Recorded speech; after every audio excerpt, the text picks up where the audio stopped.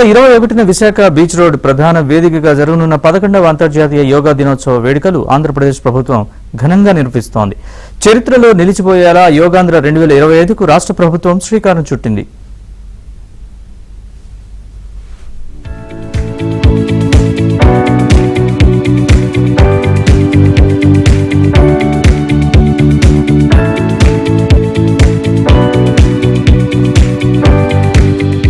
విశాఖ వేదికగా ఈ నెల 21న నిర్వహిస్తున్న అంతర్జాతీయ యోగా దినోత్సవం సందర్భంగా ప్రభుత్వం ప్రపంచ రికార్డులపై గురిపెట్టింది. ఇప్పటికే యోగాంధ్ర పేరుతో గత నెల 21 నుంచి కూడా యోగాసనాల అభ్యాసనం నగరంలో విస్తృతంగా జరుగుతున్నాయి.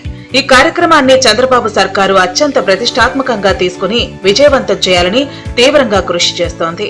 ఇప్పటికే ముఖ్యమంత్రి చంద్రబాబు నాయుడు ఇదే అంశంపై విశాఖలో సమీక్షా సమావేశం నిర్వహించారు. మంత్రులు కూడా విశాఖలోనే ఉండి ఏర్పాట్లు పర్యవేక్షిస్తున్నారు.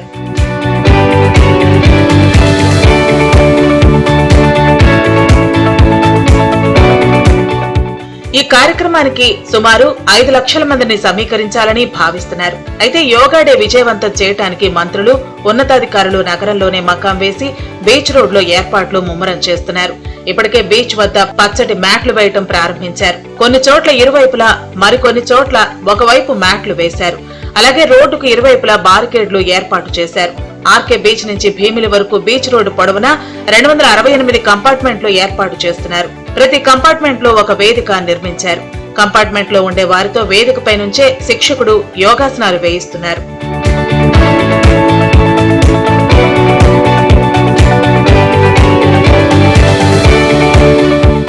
ప్రధాన వేదికను ఆర్కే బీచ్ రోడ్ లో కాళీమాత ఆలయ సమీపంలో ఏర్పాటు చేస్తున్నారు. వర్షం వచ్చిన యోగా ప్రదర్శనకు అంతరాయం లేకుండా వాటర్ ప్రూఫ్ టెంట్లు వేశారు.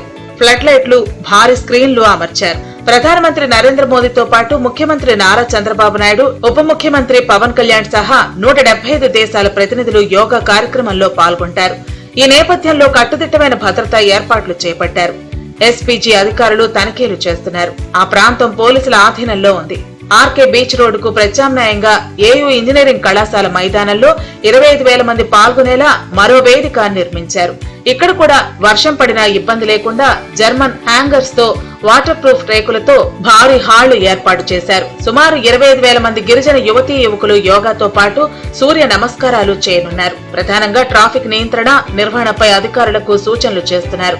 మొత్తం కార్యక్రమం చిత్రీకరణకు సీసీ కెమెరాలు, డ్రోన్లు వినియోగించాలని నిర్ణయించారు.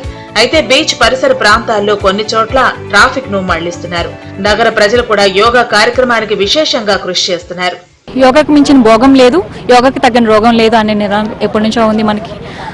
అందరూ కూడా దీన్ని 21st ఆపేయకుండా దాన్ని వాళ్ళ డైలీ లైఫ్ లో కూడా ఇంక్లూడ్ చేసుకుంటారని ఎక్స్పెక్ట్ చేస్తూ థ్యాంక్ యూ. నేను ఫస్ట్ అవార్డు తీసుకున్నప్పుడు నాకు ముఖ్యమంత్రి గారు చెప్పింది, నేను రోజు యోగా చేస్తానమ్మా అని నాకు మైక్ ఇచ్చారు.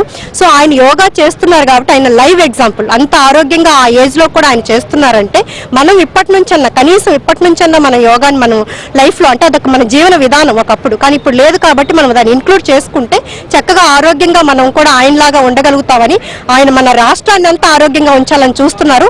సో మీరందరూ ఇందులో భాగం కావాలి, మీరందరూ వచ్చి కలిసి మాతో 21st యోగా చేయాలి. యోగా అనేది కేవలం ఒక రిలీజన్స్ కి కానీ, ఒక పర్టికులర్ గా ఒక స్టేట్ కానీ, ఒక కంట్రీకి సంబంధించి కాదు. It's a universal truth. అంటే మనం ఆరోగ్యంగా ఉంటే, మన ఆరోగ్యంగా ఉండగలిగితే చాలా మందికి మనం చెప్పగలుగుతాం. సో యోగా అనేది it's a life style, it's a livelihood and it increase the communal harmony ఏదైతే ఉందో దాన్ని క్యారీ ఫార్వర్డ్ చేయాలంటే డెఫినెట్ గా యోగా చేయాలని చెప్పి నేను ఆశిస్తున్నాను.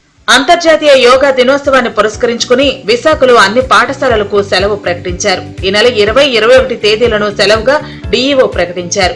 మోదీ పర్యటన నేపథ్యంలో భద్రత కట్టుదిట్టం చేశారు. ఈ నేపథ్యంలోనే విశాఖ తీరంలో 20, 21 తేదీల్లో చేపల వేటపై ఆంక్షలు విధించారు. ఫిషింగ్ హార్బర్ నుంచి భీమిలి వరకు చేపల వేట నిషేధించారు. ఆర్కే బీచ్ రోడ్ లో యోగా డే సన్నాహక కార్యక్రమం జరిగింది.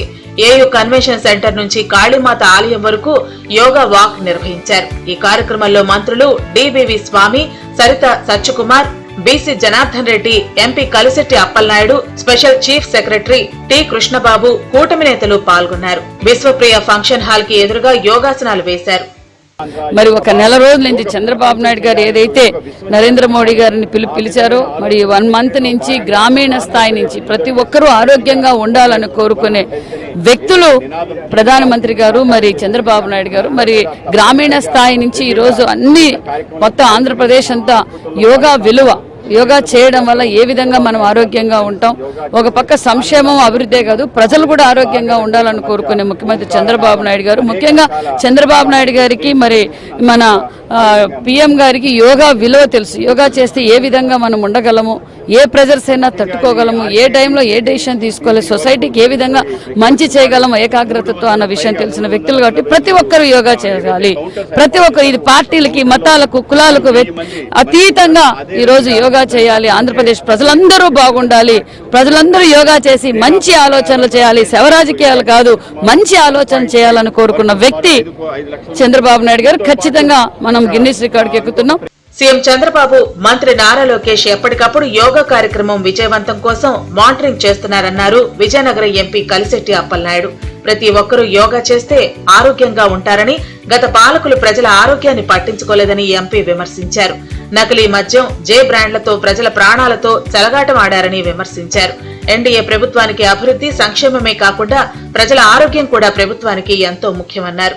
ఒక్కరు కూడా యోగా అంటే ఒకప్పుడు పట్టణ ప్రాంతాల్లోనూ లేకపోతే ఒక షెల్టర్లోనే చేసే యోగాని ఈరోజు ఓపెన్గా చేసి గ్రామీణ ప్రాంతాన్ని కూడా తాకింది.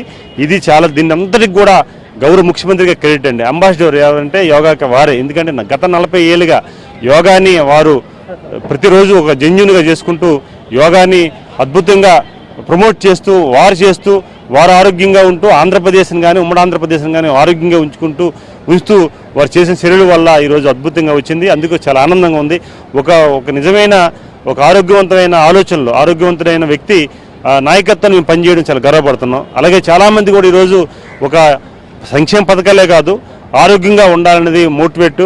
ఈరోజు విశాఖ నగరం గతంలో ఉద్దుత్ తుఫాను మనం తీసుకుంటే కష్టం వచ్చినా ఆయనే ఉన్నారు, ఈరోజు ఆనందం కూడా ఆయనే ఉన్నారు. హెల్తీగా ఉంచడానికి వారు చేస్తున్న ప్రయత్నం చాలా కృతజ్ఞత తెలియజేసుకుంటున్నాం. ఆంధ్రప్రదేశ్ పౌరుడిగా చాలా గర్వపడుతున్నాం. అంతర్జాతీయ యోగా దినోత్సవం అత్యంత ప్రతిష్టాత్మకంగా నిర్వహించడానికి కూటమి సర్కార్ తీవ్రంగా కృషి చేస్తోంది.